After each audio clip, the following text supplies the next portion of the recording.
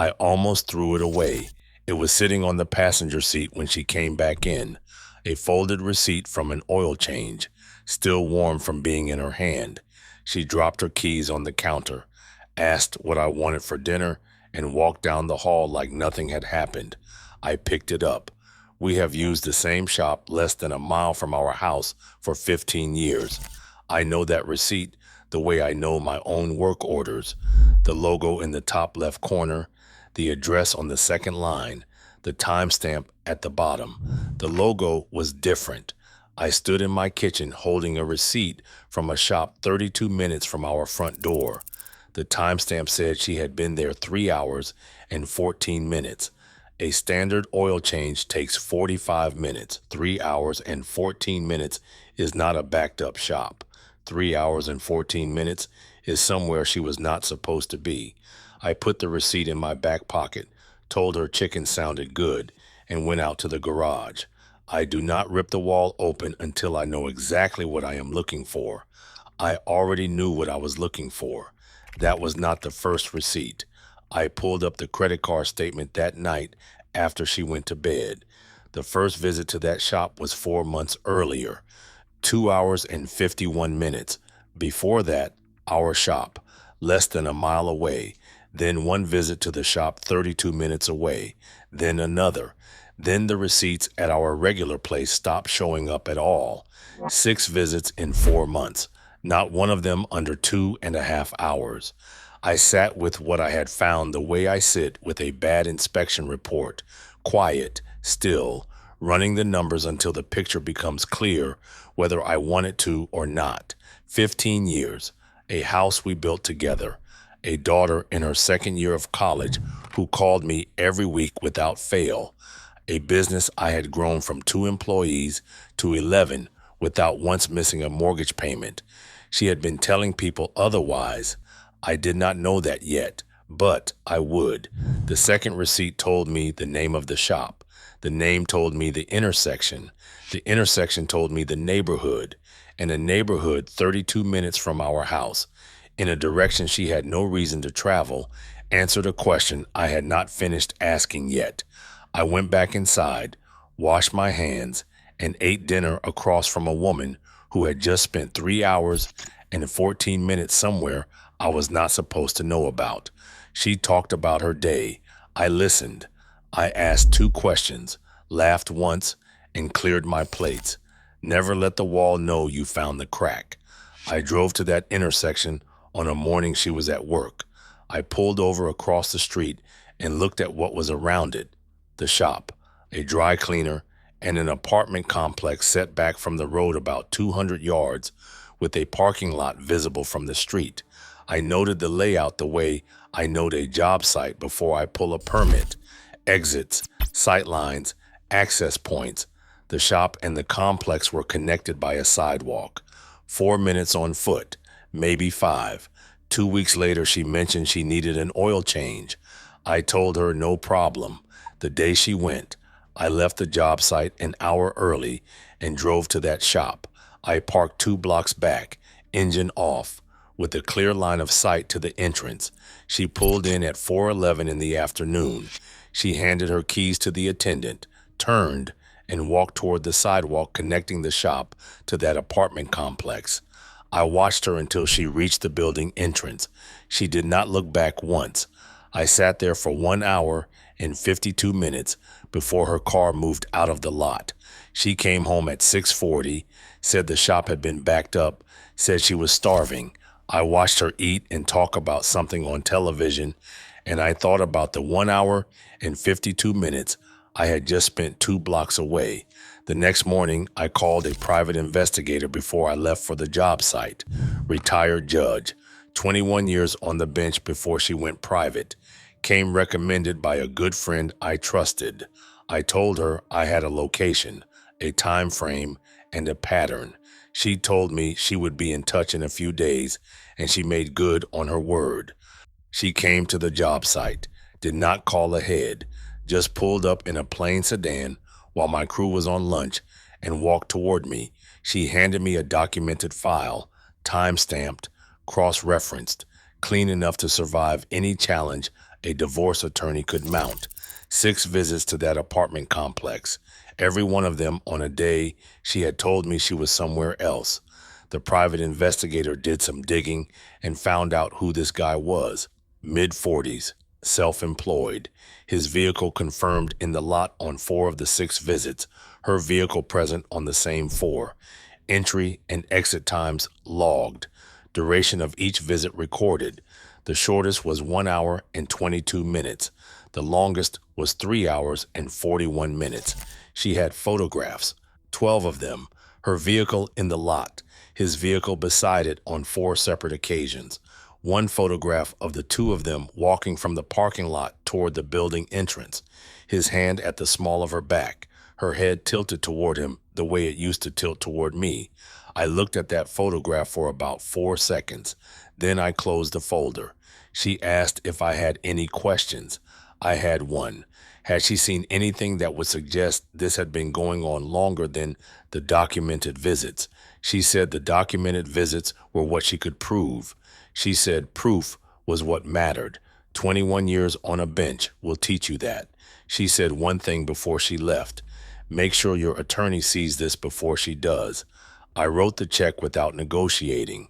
Then I called my attorney. My attorney had been practicing family law in Missouri for 19 years. He listened to everything without interrupting. When I finished, he picked up the folder, went through every photograph, read through every logged entry, and set it down. He asked me one question. How long has she been telling people you were never home? 3 weeks earlier, my daughter had mentioned it, that her mother had been saying things about the marriage, about my hours, about a husband who cared more about job sites than about the woman he came home to every night. He shook his head while I laid all this out. He had heard it before. She is going to file on abandonment grounds, he said. I am thinking to myself, how does he know this? She will tell this court your work schedule constituted emotional neglect and that she carried this marriage alone. She will ask for the house, a percentage of the business, and monthly maintenance. Then he paused. Then he said, she will find people who will testify to it. I asked him what that was worth without documentation. He said, that depends on what documentation you have. I told him about the dispatch system. Every morning I clocked in through a digital log that recorded my GPS location, my start time, and my end time. Every job generated a signed work order with a client signature and a completion timestamp. Every evening, the system recorded when my truck stopped moving and where it was parked. He picked up his pen. My attorney subpoenaed 3 years of records. What came back was not a narrative. It was a ledger. More than 700 working days. Average clock-out time, 4:52 in the afternoon. Average distance from our home to my final job site, 6 miles. Not once in 2 years had I worked past 6:30. Not once had the GPS on my work truck placed me anywhere other than a job site or our driveway during the hours she would describe to a judge as the hours she spent alone. He submitted the records in response to her abandonment filing. Her attorney withdrew the argument 4 days later. She had spent months building a case around my absence, telling people, positioning herself, constructing a version of this marriage where she was the one left behind. And the moment that version reached a courtroom, 714 days of timestamps dismantled it line by line. My attorney called me after her attorney withdrew. One sentence, abandonment is off the table. We go to discovery next. Discovery in a Missouri divorce is paperwork, requests, responses, financial records pulled, and cross-referenced by attorneys who have done this hundreds of times. No confrontation, no dramatic moment, just documents that tell a story the other side cannot contradict because the numbers are what they are. Her attorney requested my financial records first, business accounts, personal accounts, every transaction attached to my name going back 3 years. My attorney complied without hesitation. There was nothing in those records that did not belong there. Every dollar earned, every dollar spent, every invoice paid, and every payroll run accounted for cleanly. Then my attorney requested hers. What came back took 4 days to process. She had a credit card I had never seen, not a joint account, not something connected to our household. A card opened 19 months earlier in her name alone, paid from a personal checking account I had not known existed.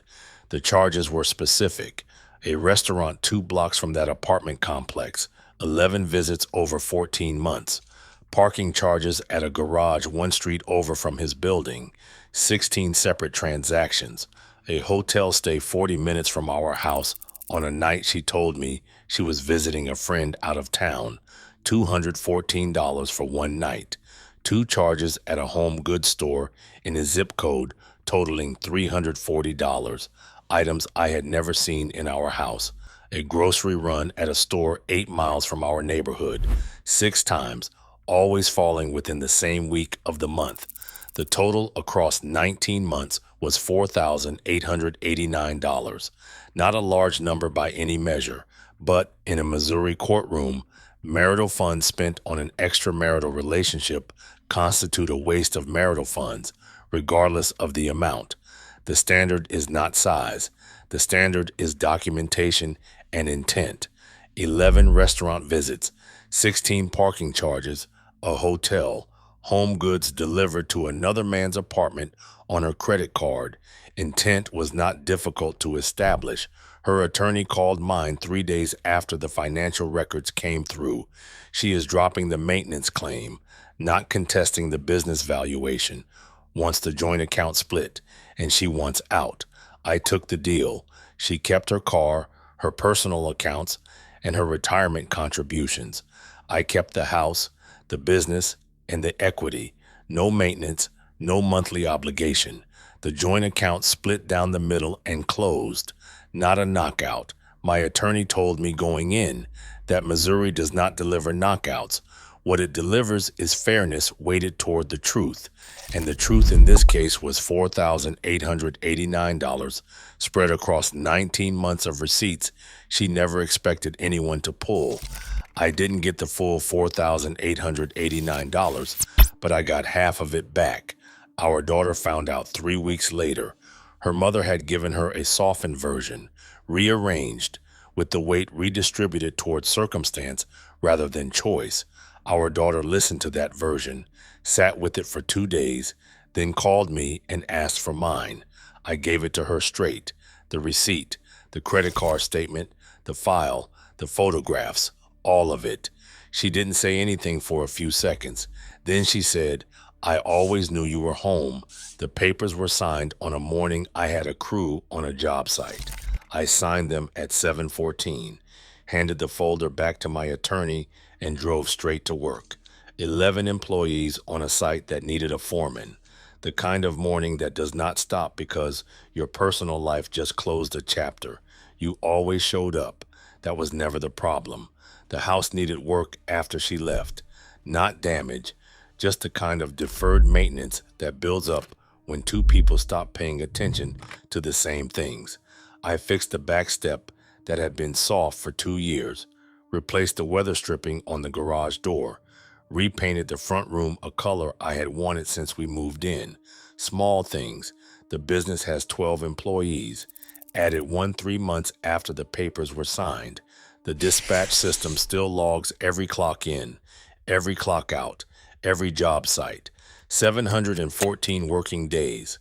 I never gave those records a second thought until a 19-year family law attorney subpoenaed 3 years of them, and they dismantled her entire argument in 4 days.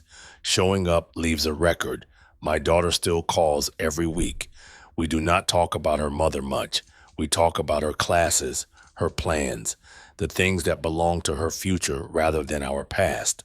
Some things do not change regardless of what else falls apart around them. Update.